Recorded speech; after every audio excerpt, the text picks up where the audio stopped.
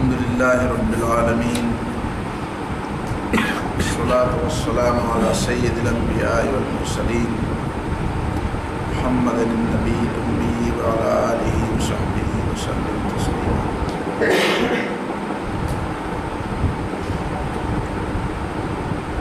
وعن ابن عمر رضي الله تعالى عنهما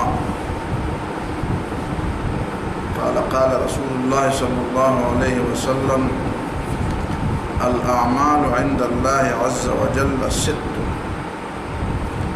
عملان موجبان وعملان بأمثالهما وعمل بعشرة أمثاله وعمل ب700 ضعف وعمل لا يعلم ثواب عامله إلا الله عز وجل. فأما الموجبان فمن لقي الله يعبده مخلصا لا يشرك به شيئا وجبت له الجنة، ومن لقي الله قد أشرك به وجبت له النار، ومن عمل سيئة جزي بها، ومن أراد أن يعمل حسنة فلم يعملها جزي مثلها، ومن عمل حسنة جزي 10، ومن أنفق ماله في سبيل الله ضعفت له نفقته الدرهم ب700 والدينار ب700. والصيام لله عز وجل لا يعلم ثواب عامله إلا الله عز وجل.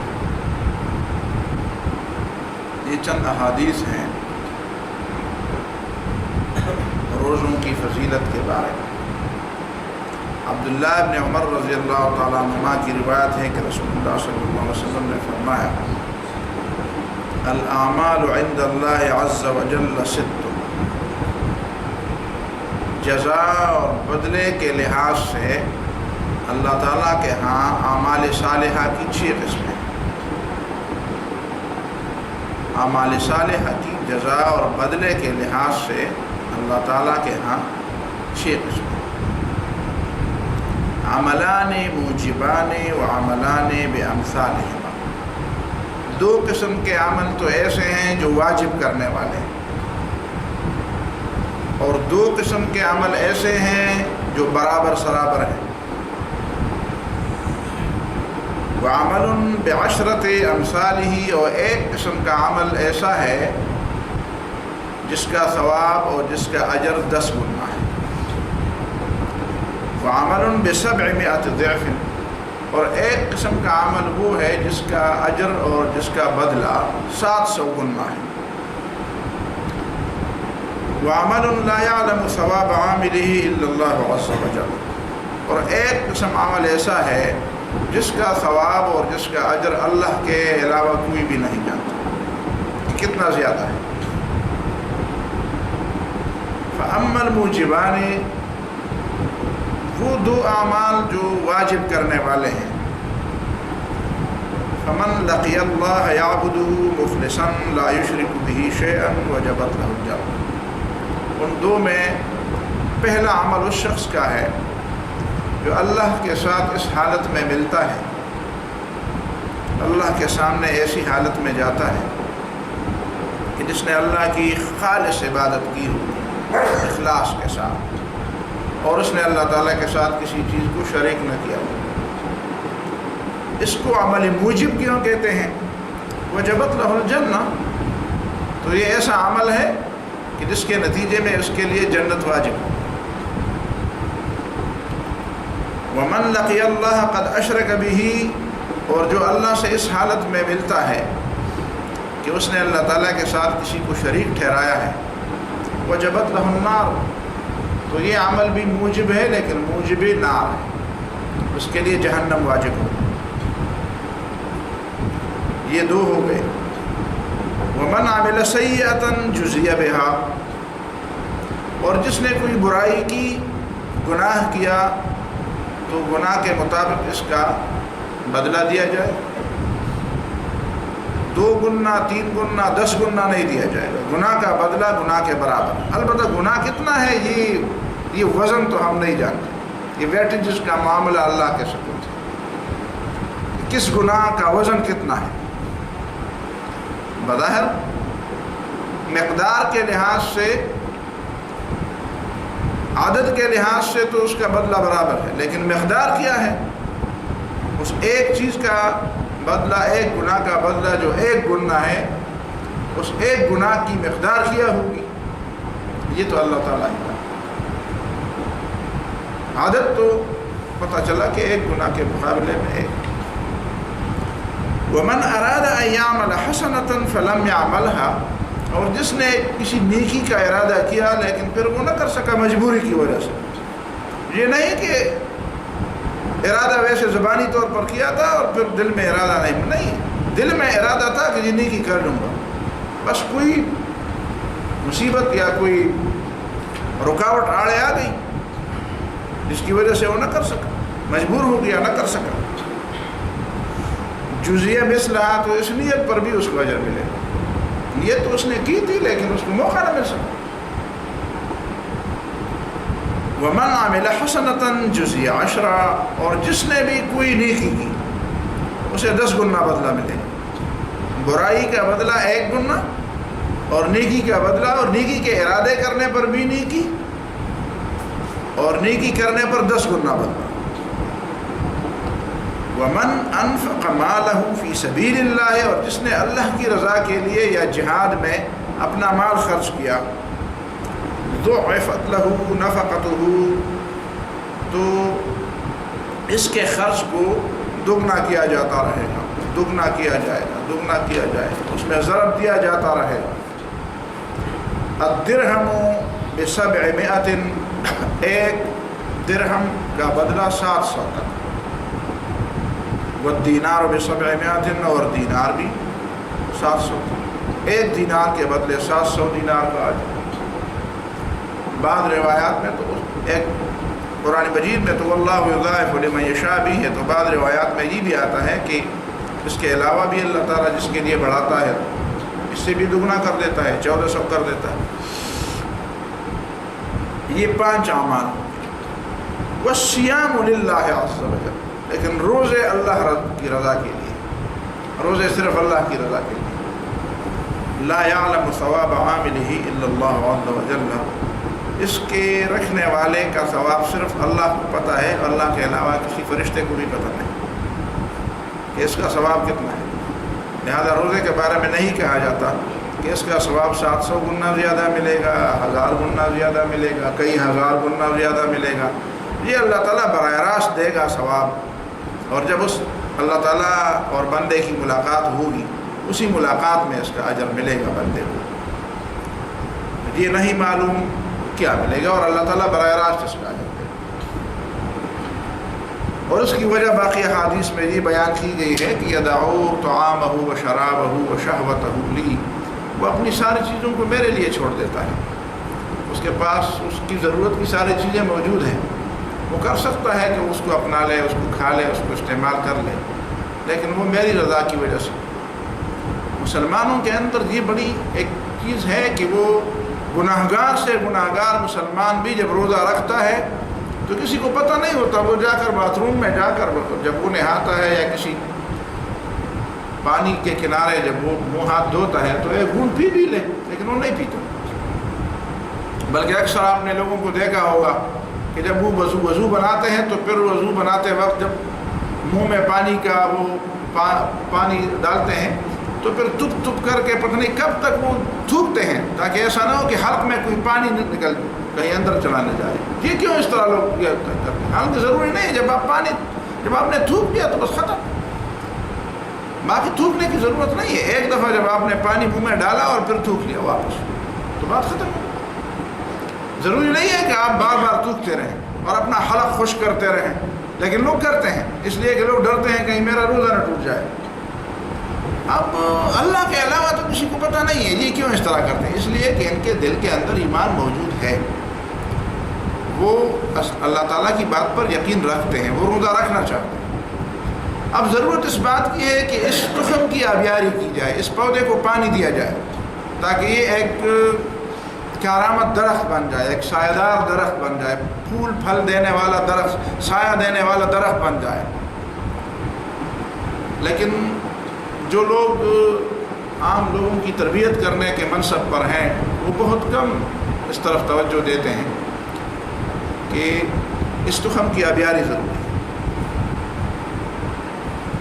روزوں کے بارے میں بہت جو احادیث ہیں تو اس میں یہ دو باتیں بڑی عجیب قسم کی ہیں، تعجب خیز۔ ایک تو یہ کہ بار بار اللہ تعالیٰ یہ احادیث میں بھی اور قرآن میں بھی کہ جب اللہ تعالیٰ سے ملاقات ہوگی تو پتہ چلے گا کہ کیا ملنے والا ہے، اس وقت پتہ چلے گا کہ کیا ملنے والا ہے۔ وہ حدیث بھی سامنے رکھیں تب بات پوری سمجھ آ جائے کہ للصائم فرحتان، فرحۃ عند فطرہ و فرحۃ عند لقاء ربہ۔ روزہ افطار کرنے والا جب روزہ افطار کرتا ہے تو اسے ایک خوشی ملتی ہے، ایک خوشی یہ ملے گی، یہ خوشی تو مخصوص ہے، یہ تو نقد خوشی ہے، اس میں تو کوئی شک نہیں۔ حالانکہ یہ خوشی کیوں ملتی ہے؟ یہ خوشی اس لیے ملتی ہے کہ دو باتیں۔ پہلی بات یہ ہے کہ ہم نے چند چیزوں سے اپنے آپ کو روکے رکھا، وہ چیزیں جو ہم ہمیشہ کھاتے ہیں، ہمیشہ پیتے ہیں، ہمیشہ ان چیزوں کو استعمال کرتے ہیں، لیکن چند گھنٹوں میں ہم نے اپنے آپ کو ان چیزوں سے روکا۔ صبح سے مغرب تک ہم نے پانی نہیں پیا، ہم نے کھانا نہیں کھایا، وہی فروٹ جو ہم افطاری میں کھاتے ہیں روزانہ کھاتے ہیں، تو وہ آج ہم نے صبح سے شام تک نہیں کھایا۔ اب وہی چیزیں جن کے ذائقے سے، جن کی لذت سے اور جن کے کھانے پینے سے ہم مانوس ہے، ہمیں پتہ ہے کہ یہی چیزیں، کئی معمولی چیز ایسی ہوگی کئی کہ ہم نے نہ کھائی ہو نہ پی ہو اور ہمیں اس کا ذائقہ نہ معلوم ہو اور افطاری میں وہ چیز سامنے آ جائے، بہت کم ایسا ہوگا، لیکن پھر بھی اس میں ایک لطف ہے، اس میں ایک مزہ ہے، اس لیے کہ ہم نے اپنے آپ کو روکا تھا۔ جس چیز سے آپ اپنے آپ کو روکیں گے اور جس چیز کا آپ انتظار کریں گے، روکا تھا بھی۔ دوسری بات یہ کہ ہم اس کے انتظار میں تھے، ہم افطاری کے انتظار میں تھے، تو انتظار کے بعد اور رکنے کے بعد جس چیز کا جو مزہ ہوتا ہے، وہ مزہ جب چیز کے ملنے پر آ جاتا ہے تو اگرچہ وہ مزہ پہلے سے معلوم ہو، لیکن پھر وہ مزہ نیا ہو جاتا ہے، دوبالا ہو جاتا ہے۔ یہ نہیں ہوتا کہ پہلے رمضان میں پہلے روزہ افطار کرتے وقت ہمیں مزہ ملتا ہے، باقی ایک مت کہتے یہ تو وہی مزہ ہے، نہیں۔ ہر دن ہر روزہ افطار کرتے وقت ہمیں باقاعدہ وہی مزہ ملتا ہے افطاری میں۔ کسی نے یہ نہیں کہا کہ چونکہ 10 دن گزر گئے اب افطاری میں مزہ نہیں رہا، کسی نے یہ نہیں کہا کہ 20 25 دن 28 دن گزر گئے اب افطاری میں مزہ نہیں رہا۔ افطاری کا مزہ اپنی جگہ پہ برقرار ہے، حالانکہ وہی چیزیں ہیں، وہی کھجور ہے، وہی شربت ہے، وہی پانی ہے، وہی کھانا ہے۔ اب دوسرا مزہ جو حدیث میں ہمیں بتایا گیا کہ فرحۃ عند لقاء ربہ، جب تم اپنے رب سے ملو گے اس وقت تمہیں ایک خوشی ملے گی۔ اللہ تعالیٰ سے ملتے وقت جو چیزیں ہمیں ملے گی وہ سب عجیب ہوں گی، وہ سب چیزیں ایسی ہوں گی جس میں سے کسی چیز کو ہم نے پہلے نہیں سنا ہوگا، نہ دیکھا ہوگا، نہ اس کا مزہ ہم نے لیا ہوگا۔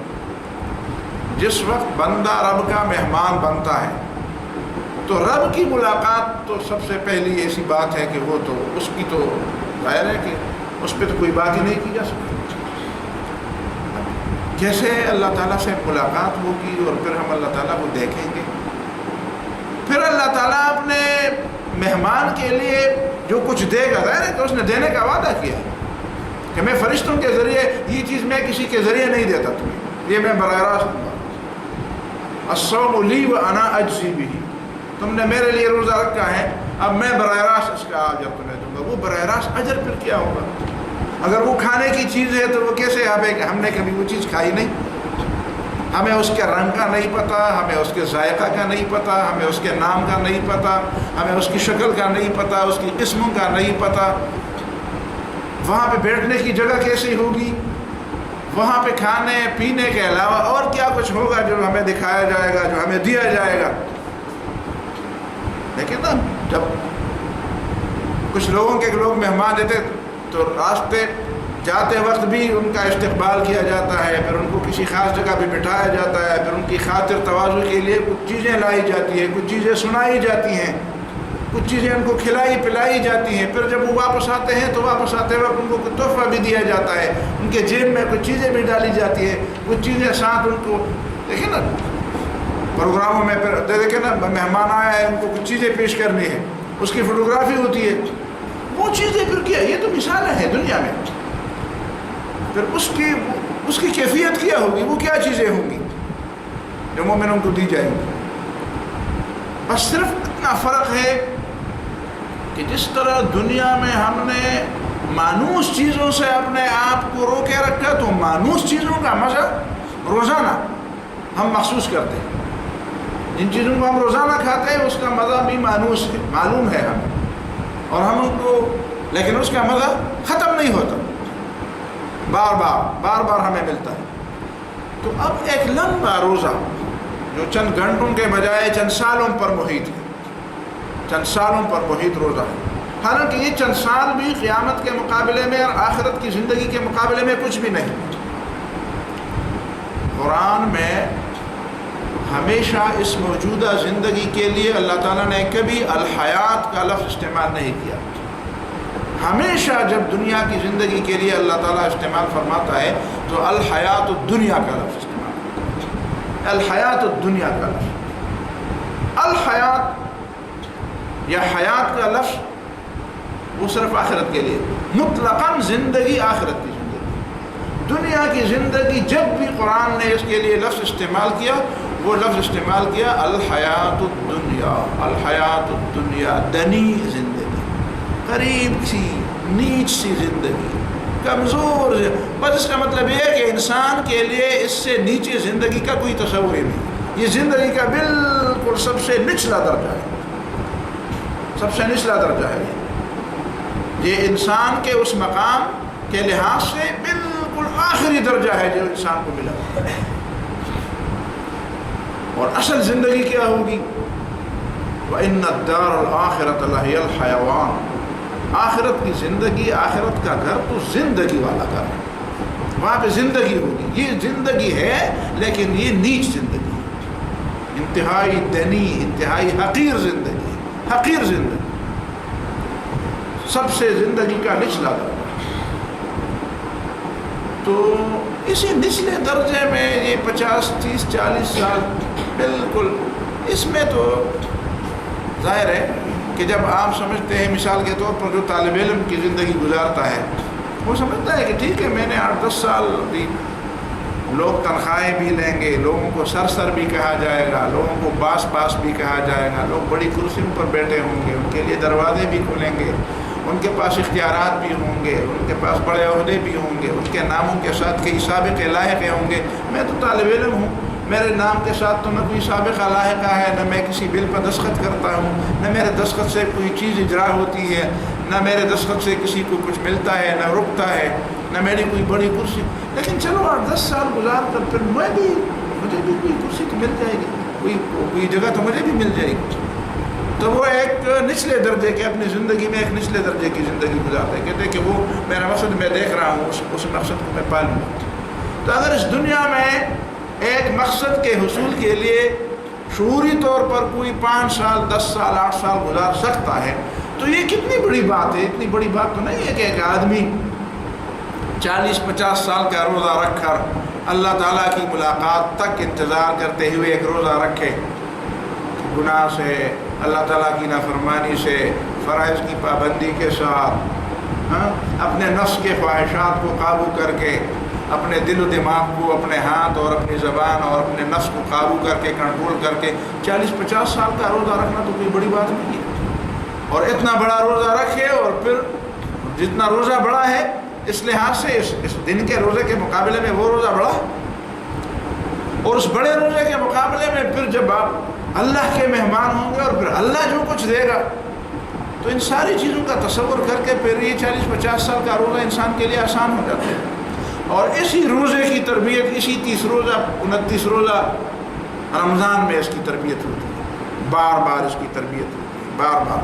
روزانہ آدمی کو سمجھ آ جاتا ہے، روزانہ آدمی پانی سے رکتا ہے، کھانے سے رکتا ہے، چیزوں مرغوبات سے رکتا ہے تو سمجھتا ہے کہ چلو ٹھیک ہے، یہ رکنے کی تربیت اپنے میں حاصل کروں، پھر میں ان چیزوں سے بھی رکوں گا، میں ان چیز شعوری روزہ رکھا۔ یہ نہیں کہ صبح ساری کھاتے وقت نیت کو ہوا میں اڑا دی، بس نیت میں کڑے دڑ دے اخلاص ہو نوے تو بسو میں غدن نوے تو من شہر رمضان، پھر بات ختم نہیں۔ ہر لمحے میں یہ نیت ہو کہ میں روزے سے ہوں، میں نے اپنے آپ کو روکا ہوا ہے اس لیے کہ مجھے اس کا اجر ملے گا، اور میں کئی چیزوں سے میں ایک لمبا روزہ بھی رکھا ہوا ہوں۔ ایک روزہ تو وہ ہے جو میں مغرب کو توڑوں گا، لیکن ایک روزہ وہ ہے جو میں نہیں توڑوں گا، بس وہ مستقل روزہ ہے میرا۔ پھر دیکھیں کہ اتنی لمبی مدت گزارنے کے بعد جب رب سے ملاقات ہوگی تو اس میں کیا کچھ ملے گا۔ وَلِرَبِّكَ فَاصْبِرْ کا ایک معنی یہ بھی ہے کہ اپنے رب سے ملاقات تک کے لیے برداشت کر، صبر کر، اس وقت تک اپنے صبر کا پیمانہ کم از کم اللہ رب العالمین نے جن چیزوں سے روکا ہے وہ پیمانہ لبریز نہیں ہونا چاہیے، باقی پیمانے بھی لبریز نہیں ہونے چاہیے، لیکن صبر کا وہ پیمانہ جس چیزوں سے اللہ تعالیٰ نے صبر کا حکم دیا ہے وہ پیمانہ تو بالکل بھرا نہیں ہونا چاہیے، وہ تو لبریز نہیں ہونا چاہیے، بس وہ تو ہمیشہ خالی ہونا چاہیے۔ اس میں کئی صبر آ سکتے ہیں، مزید بھی اس میں گنجائش ہے، مزید بھی اس میں ڈالو، اس میں آتی ہے کئی چیزیں، سمندر ہے۔ تو یہ باتیں اگر ذہن میں ہوں تو پھر یہ بات سمجھ میں آ جاتی ہے کہ اللہ تعالیٰ نے جو فرمایا ہے اور نبی صلی اللہ علیہ وسلم نے اس کی جو تشریح کی ہے وہ کیفیت سمجھ میں آنے والی ہے۔ سنن ابن ماجہ کی روایت ہے حضرت ابو ہریرہ رضی اللہ تعالیٰ عنہ کی کہ رسول اللہ صلی اللہ علیہ وسلم نے فرمایا کہ لِكُلِّ شَيْءٍ زکوٰۃ، ہر چیز کی ایک زکوٰۃ ہوتی ہے۔ مال کی زکوٰۃ ہے، جانوروں کی جو آپ چراتے ہیں، چرنے والے جانور، بھینس ہے، گائے ہے، اونٹ ہے، بھیڑ بکریاں ہیں، ان کی بھی زکوٰۃ ہے، مال تجارت کی بھی زکوٰۃ ہے، سونے چاندی کی بھی زکوٰۃ ہے، ہر چیز کی زکوٰۃ ہے۔ وَزَكَاةُ الْجَسَدِ الصَّوْمُ، لیکن جسم کی زکوٰۃ روزہ ہے۔ یہ روزہ گویا کہ جسم کی زکوٰۃ ہے، اس سے جسم کی صفائی ہوتی ہے، اس سے جسم کی صفائی ہوتی ہے، اور جسم کی صفائی اور روح کی صفائی ساتھ ساتھ ہو جاتی ہے۔ جن چیزوں کے کھانے پینے سے آپ رکتے ہیں اس سے جسم کی صفائی ہوتی ہے، اور جن گناہوں سے آپ رکتے ہیں اور اپنی تربیت کرتے ہیں اس سے روح کی صفائی ہوتی ہے۔ تو یہ بظاہر تو جسم کی صفائی بھی ہے، لیکن حقیقت میں یہ جسم اور روح دونوں کی صفائی ہے۔ والصیام نصف الصبر، اور روزہ جو ہے وہ نصف صبر ہے، آدھا صبر ہے۔ آدھا صبر تو ایسے ہے کہ کئی چیزیں تو ایسی ہیں جو آپ سمجھتے ہیں کہ یہ میرے دسترس میں ہے اور میں ان کو نہیں استعمال کر سکتا، تو بس صرف وہ چیزیں رہ جاتی ہیں جو تمہارے دسترس سے باہر ہیں اور تم اس کے حصول کی کوشش کر سکتے ہو، لیکن ان کے حصول کی کوشش بھی چھوڑ دو۔ تو ان چیزوں سے بھی رکے رہو جو تمہارے دسترس میں نہیں ہے اور تم ان کو حاصل کرنے کی کوشش کر رہے ہو، اور حالانکہ ان کے حصول کی کوشش کرنا گناہ ہے، غلط ہے، نہیں ہونا چاہیے۔ تو آدھا صبر تو ویسے بھی آپ کو مل گیا ہے، اور صبر کے لیے ایک ماحول بھی آپ کو دیا گیا ہے، اور صبر کی عملی تربیت بھی آپ کو دی جا رہی ہے۔ تو جب عملی تربیت بھی ہو رہی ہو اور جب ماحول بھی ایسا بن گیا ہو اور جب چیزوں سے ویسے بھی صبر کرنا ہو تو پھر باقی چیزوں سے صبر کرنا تو آسان ہو جاتا ہے، اگر ہم اپنے لیے اس کو غنیمت سمجھے کہ چلو یہ صبر کا مہینہ ہے اور صبر کی تربیت حاصل کرنی ہے اس میں، تو ماحول تو ہمارے لیے دو تین چیزیں تو پہلے سے مہیا ہیں، ان چیزوں سے فائدہ اٹھانا چاہیے۔ حضرت ابو سعید خدری رضی اللہ تعالیٰ عنہ کی روایت ہے کہ نبی صلی اللہ علیہ وسلم نے فرمایا من صام رمضان وعرف حدودہ، جس نے رمضان کا روزہ رکھا اور روزے کے حدود اور قیود اور اس کی پابندیاں بھی سمجھی۔ بخاری کی اس حدیث میں تو یہ ہے کہ جس نے رمضان کا روزہ رکھا ایمان اور احتساب کی وجہ سے تو اس کے گناہ معاف ہیں، لیکن باقی حدیث میں دو باتیں اور بھی ہیں جو اس کی تشریح ہے۔ پہلی بات یہ ہے کہ صرف رمضان کا روزہ رکھنا نہیں ہے بلکہ روزے کو درست طریقے سے رکھنا مقصود ہے، اپنے روزے کو زخمی کرنا مقصود نہیں. ظاہر ہے نا کہ 2 قسم کے روزے ہیں. ہر چیز آپ، ایک دیوار ہے، ایک شیشہ ہے، وہ ہوا کو روکتا ہے. دیوار ہوا کو روک یا کسی کی نظر کو روکتی ہے، لیکن اس کے دیوار میں سوراخ ہو تو ظاہر ہے کہ سوراخ میں تو لوگ دیکھتے ہیں. آپ یہ بھی کہہ سکتے ہیں کہ دیوار نظر کو روکتی ہے، لیکن آپ یہ بھی کہہ سکتے ہیں کہ دیوار میں اگر سوراخ ہے، اگر اس میں چھید ہے تو چھید کی وجہ سے ظاہر ہے کہ وہ نظر کو نہیں روکی، ہوا کو بھی نہیں روکی. تو روزہ یہ گناہوں کو معاف کرنے والی چیز ہے، لیکن اگر وہ روزہ خود زخمی ہو، اس میں خود کئی سوراخ ہو، تو گناہ کی مثال یا عیوب کی ان چیزوں کی مثال جس سے روزہ آپ کو روکتی ہے، سمجھے کہ وہ گرم ہوا کی مثال ہے اور آپ نے اس کے لیے ایک دیوار چنی ہے. تو دیوار اس گرم ہوا کو تب روکے گی جب اس میں وہ نقصانات نہ ہوں. اگر اس میں وہ نقصانات ہوں تو دیوار بھی ہوگی، اس کو دیوار بھی کہا جائے گا، اور اس کے باوجود اس میں سے گرم ہوا بھی آئے گی. فرمایا کہ جو رمضان کے روزے رکھے بعرف حدود ہو، لیکن رمضان روزوں کے حدود اور قیود، اس کی پابندی، اس کے حدود کو جانے کے یہاں تک روزے کے حدود ہیں، اس کو نہیں چھیڑنا، اس کی کیفیات اور اس کا طریق. وتحفظ ما ينبغي ان يتحفظ، اور پھر روزے کو اس نے محفوظ بھی کیا ان چیزوں سے جن چیزوں سے اسے محفوظ کرنا چاہیے. آپ کے پاس چھتری ہے اور آپ سمجھتے ہیں کہ چھتری مجھے بارش سے روکے گی، لیکن چھتری کو اس بات سے روکنا چاہیے کہ کوئی اس میں کیل ڈال کر اس میں سوراخ نہ کر دیں. لیکن بچے جب اس میں کیل ڈال کر اور اس میں چھری چلا کر اس میں چھیدے کرتے ہیں، آپ کہتے ہیں چلو چھتری تو ہے. تو اگر آپ نے خود اس میں چھری اور کینچی ڈال کر اس میں سے سوراخ کیے ہوں، کئی چیزیں کئی جگہوں سے اسے کاٹا ہو، اور پھر آپ سمجھتے ہیں کہ بہرحال کٹی ہوئی ہے، لیکن ہے تو آخر یہ چھتری تو کسی کو کہتے ہیں، تو چھتری تو ہوگی، لیکن اس کے باوجود اگر آپ بارش میں اس کو سر پر رکھیں گے تو آپ خود سمجھ آ جائے گا کہ یہ کتنا بارش روکتی ہے. وَيُتَحَفَّظَ، جس چیز سے آپ اپنی حفاظت کرنا چاہتے ہیں پہلے اس چیز کی حفاظت کرنی ہوگی. جس چیز سے آپ اپنی حفاظت کرنا چاہتے ہیں پہلے یہ دیکھیں کہ اس چیز کی میں نے کتنی حفاظت کی ہے. جس گاڑی پہ آپ سفر کرنا چاہتے ہیں پہلے یہ دیکھیں کہ اس گاڑی کی کتنی ضروریات میں نے پوری کی ہے. اس کے ٹائروں میں ہوا میں نے بھر دی ہے، اس کے ٹینکی میں میں نے تیل بھر دیا ہے، اس کے سارے سسٹم کو میں نے چیک کیا ہے، اس کا سارا نظام بھرا. نہیں، آپ کہتے ہیں کہ چونکہ گاڑی کی شکل کھڑی ہے تو میں بس چابی گھما کر چلا جاؤں گا. تو ہر گاڑی میں تو اس طرح نہیں ہوگا کہ آپ چابی گھما کر چلے جائیں گے جب تک آپ اس کا لحاظ نہیں رکھیں.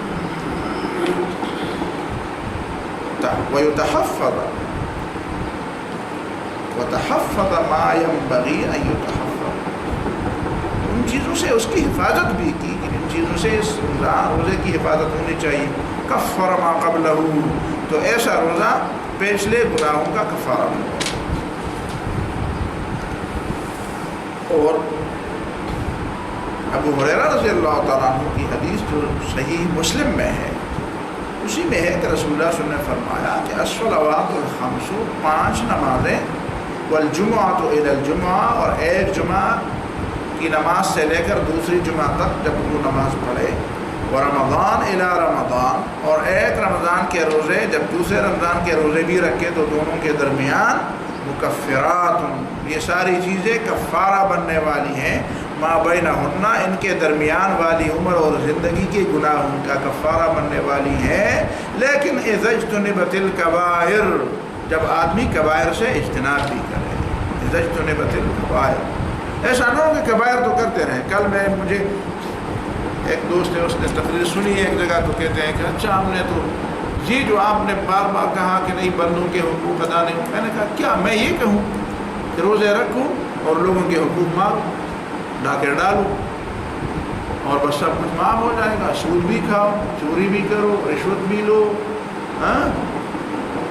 اور لوگوں کے مال اور مال پر قبضہ بھی کرو، زمینوں پر بھی قبضہ کرو، لوگوں کی عزت بھی تم سے محفوظ نہ ہو، بس بس مزے ہوں، بس رمضان کے روزے رکھو، سب کچھ معاف ہے، یہ کرنا چاہیے۔ تو اس کا مطلب یہ ہے کہ لوگوں کو گناہوں سے روکے، لوگوں کو گناہوں پر جری کر دے، بہادر کر دے، ہاں، لوگوں کے دل کے اندر یہ بٹھائیں کہ چلو مارتے رہو اور صرف رمضان کے روزے رکھو۔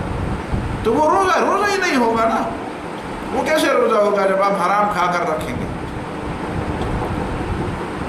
تو گناہ تو وہ تب معاف کرے گا، گناہ تو اس سے تب معاف ہوگا جب وہ چیز خود تو ایسی ہوگی کہ وہ رکنے والی ہو، جب وہ خود غار ہو، سارا سوراخ ہو، تو وہ کیسے روکے گی کسی چیز کو؟ پہلے تو اس چیز کی تحفظ تو کر لیں۔ ایک حدیث اور بھی ہے طبرانی کی، حضرت انس رضی اللہ تعالیٰ عنہ کی روایت ہے کہ سمعت رسول اللہ صلی اللہ علیہ وسلم یقول، نبی صلی اللہ علیہ وسلم سے میں نے یہ فرماتے سنا، ھذا رمضان قد جاء، دیکھو رمضان آ رہا ہے، دیکھو رمضان آ رہا ہے، رمضان آ گیا، رمضان کا مہینہ آ گیا۔ یہ الفاظ بڑی خوشی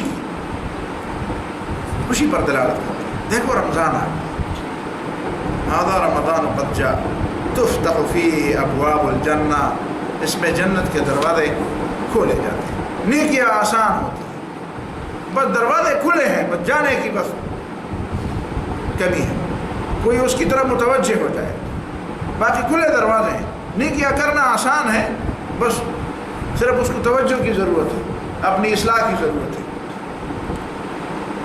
وَتُغْلَقُ أَبْوَابُ النَّارِ، اور جہنم کے دروازے بند کیے گئے ہیں۔ ایک آدمی جہنم کو جانا چاہتا ہے، وہ دیوار پھلانگ کر جاتا ہے تو اس کی تو بات ہی الگ ہے، لیکن بہرحال کم از کم مسلمانوں کے معاشرے میں تو یہ آسانی ہے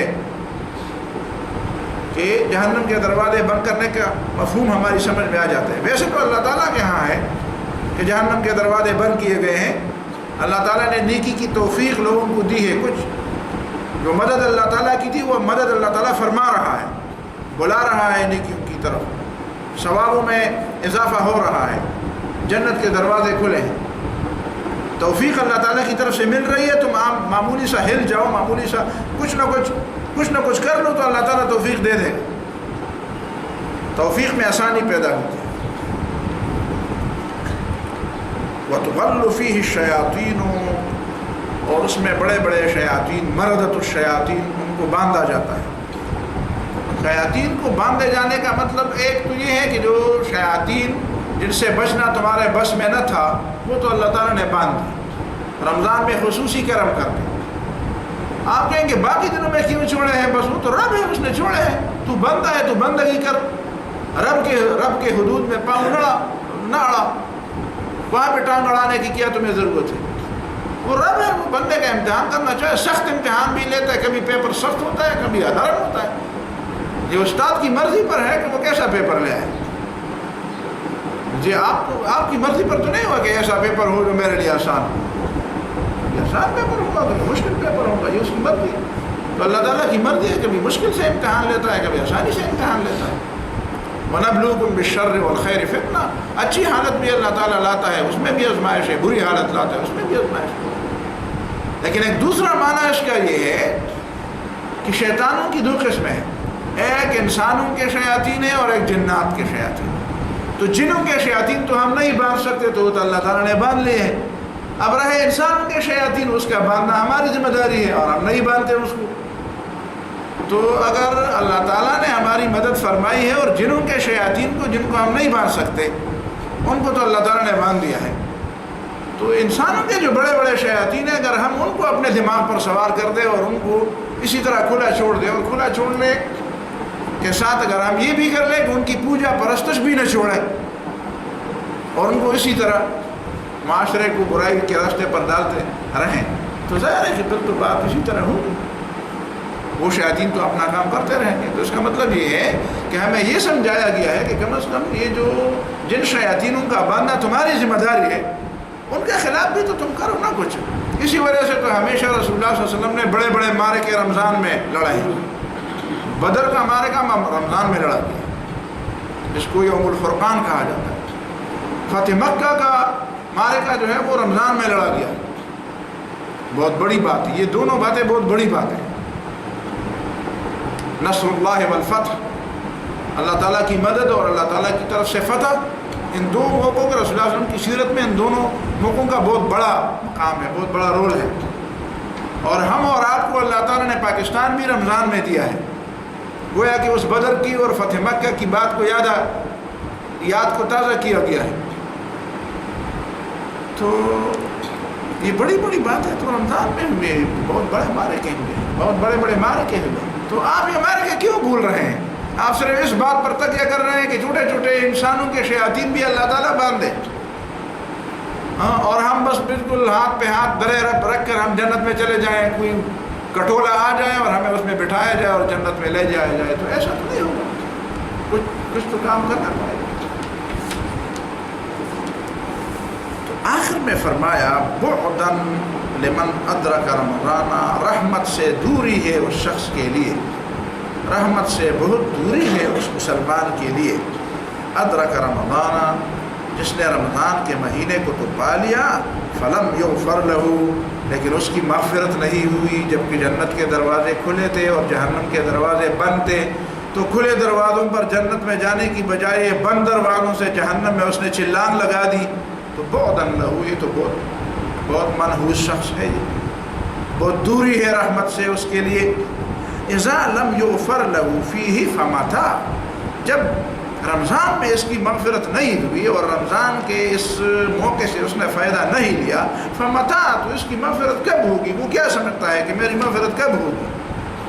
اللہ تعالیٰ مجھے اور آپ ان باتوں کو سمجھنے